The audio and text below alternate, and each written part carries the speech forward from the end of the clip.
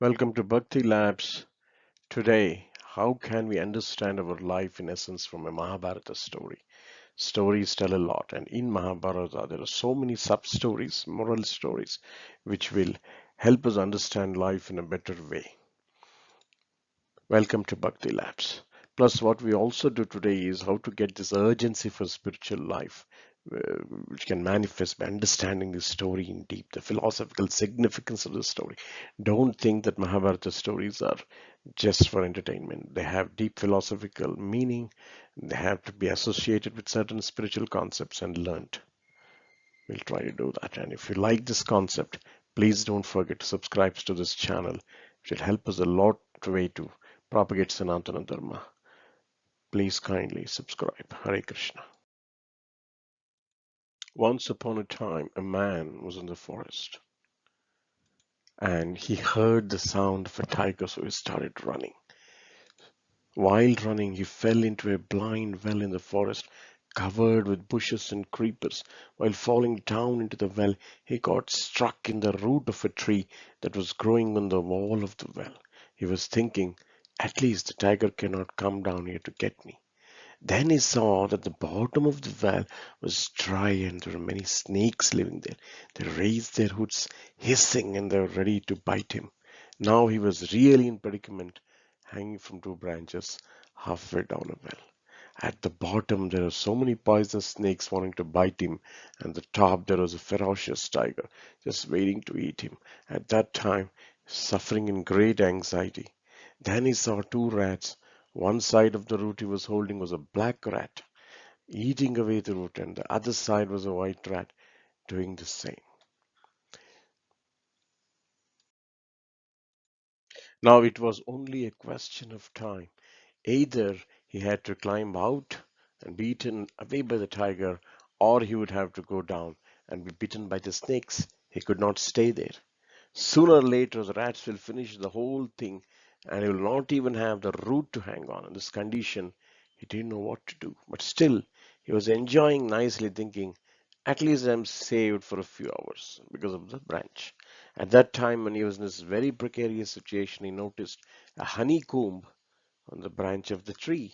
Because the tree was shaking, some honey was dropping and just happened to be dropping very close to his face. So, taking this golden opportunity, stuck out his tongue, and a drop of honey came on the tip of his tongue.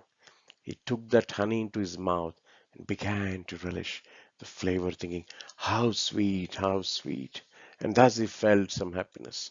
Even in that miserable condition, he was saying, oh, misery is very nice, this honey is good. In the meantime, his friend came and saw this man has gone down. So he brought a piece of rope and dropped it and shouted, hold on to the rope. Come out, my dear friend. But this person said, no, no, no. I don't want the rope. I want honey. Please push the branch of the tree so that I can get more honey from the beehive. So, friends, what is the philosophical understanding of this story of this man who has fallen in the well? It reflects all of our lives. So let's understand how it is. Now it is only a question of time. So in this story, there is a deep philosophical understanding. One is what are the different components we'll see. The man is the spirit soul embedded in material body. Each one of us have a soul, and that is the man struck in the well. The tiger is a fate chasing him towards death. So every day we are going one step closer to death because our ayushyam is going down, right? As the sun rises and sets, our lifespan is decreasing. Hmm? Three, the snakes in the well, the bottom of the well, they're fearful death waiting with poisonous fangs. Four is the honey, the sense enjoyment, little enjoyment we get in material life with family, friends, and relatives. Rat, this is the waxing and waning of the sundial. So every day when the sun sets, we are one step closer to the death, and death will take away everything. But we are busy in enjoying those drops of honey falling from the branch.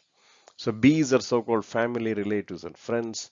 The creeper is prana, the life air. So that creeper is eaten away by the rats, and it is going to one day I'm going to fall into the mouth of death, which are the snakes at the bottom of the well. So the creeper is prana. The blind well is a samsara kupa. So this is the summary of everybody's life in samsara, the Shastra says.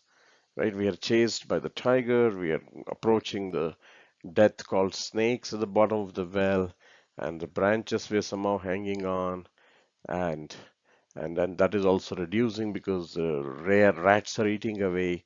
Any day we'll fall into the death, and we are forgetting all these problems. We are just relishing the taste of family and friends, forgetting the reality of death and how we have to prepare for it, prepare for a spiritual life. The friend is the guru who comes and gives a rope, who comes to save us. Take this spiritual knowledge, chant this Hare Krishna Mahamantra or any of the japas, and then come out. But then we say, we're very busy, right? The moral of the story is there's an example of all the souls in this world. They're in a very dangerous situation. We're all seized by eternal time in this well, attracted by material enjoyments. We want to continue enjoying and remain inside the well, even though there are so many problems. But time seizes us. Time and tide waits for no man, friends. So you please understand. Even after hearing the importance of bhakti to Sri Krishna, we falsely think, let me enjoy now and later take to bhakti tomorrow. As there's a lot of time, that can come anytime. So we are given rope of mercy and knowledge from our best friend Guru, like Prabhupada, but we refuse to take it and decide to stay this material world. But who knows what tomorrow has in store for us, right? Who knows? So, Swakaryam adya kurvita purvhane cha pranikam. Nahi pratikshate mrityu. Mrityu will not wait. Kridam vasyana vakra. That I have not done any work or something is pending. Tomorrow's business should be done today. Afternoon's business in the phone. Whether a person had done it or not, death will not wait. So in the Srimad Bhagavatam also it is said by Lord Shiva, when he prays to Krishna, what does he pray? He says, right? Says, my dear Lord, all living entities within this material world are mad for planning for things, and they're always busy with the desire to do this or that. It is due to uncontrollable greed. The greed for material enjoyment is always existing in the living entity, but your Lordship is always alert. You goes and strike him just as a snake seals a mouse and very easily swallows him. So the death will come in the form of the Kala, the Supreme Lord. So we have to use this opportunity and not planning for various things in this world anyway is going to be destroyed.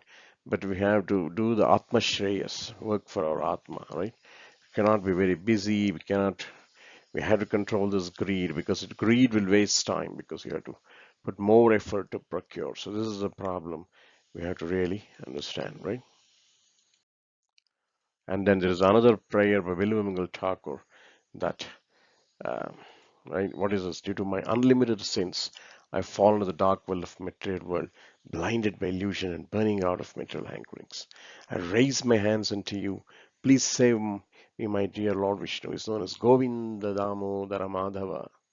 So we have to pray to Govinda Madhava. So what is happening is samsara kupe patito jaghate. Samsara kupam is the well of samsara. I have fallen down and attacked by tigers and snakes and the rats. But I'm blinded by illusion of that honey. Mohanda Purne Vijayavitapte. So because of the moha of that honey, I'm getting fried in that, burning in the material hankering. So Karavalambam Mamadehi Vishnu. Vishnu, you give me, Vishnu, you give me your Karavalambam, support of your hand.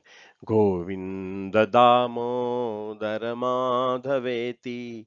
Govinda Damodara Madhaveti.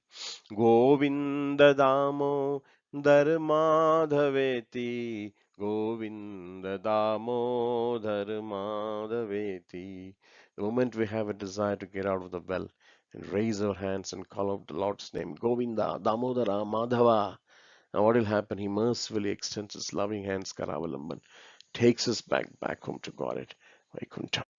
And there is also another prayer Pingala says in Bhagavata. Pingala is completely understood that Krishna, Lord Krishna, alone is Adishvara, the original supreme controller, who can save the living entities like us who fall in the blinding well. Other than him, no one else will be able to get us out of the blind well, right? So, this verse Pingala says, Samsara kupe paditam vishayer mushitekshanam gristam kala hi manam koanyastratum adhishvara. Kala hi means a snake The serpent of time. It is the serpent of time that we will be seized by the deadly serpent of time. Only who else? Ko anya stratum adhishwar. Lord Krishna is Adhishwar. Ko anya. There is nobody who can save. He's also called Mukunda, the giver of liberation. Like he saved Gajendra. Who else but the Supreme Personality of Godhead could save? Could save the poor living in such a hopeless condition, right? Kalahi, the serpent of time. Samsara gope padidam vishare. Mushitekshanam, stolen away. So that's where we have fallen to the samsara gopa. And then when we are fallen to the well, we are grastam, graha, we are captured by this serpent of time, kalahi. Hmm? Kalahina. So only the Adhishvara can save us, right? So this is Hare Krishna, Krishna Krishna, Hare Hare, Hare Ram, Ram Ram, Hare Hare. This is the Parama liberating Mahamantra. And we should not waste time in taking this opportunity, do the japam and escape from this tiger, the fate of tiger, the death of the Kalahi, the serpent in the well, Samsara Kupa. We have to get out. We have to hear to the Acharyas who are friends coming to deliver us from this well. Hare Krishna. If you like this video, friends, please don't forget to subscribe and encourage this channel. It will help you to get the blessings of Sanatana Dharma. Please like and subscribe. Thank you. Hare Krishna.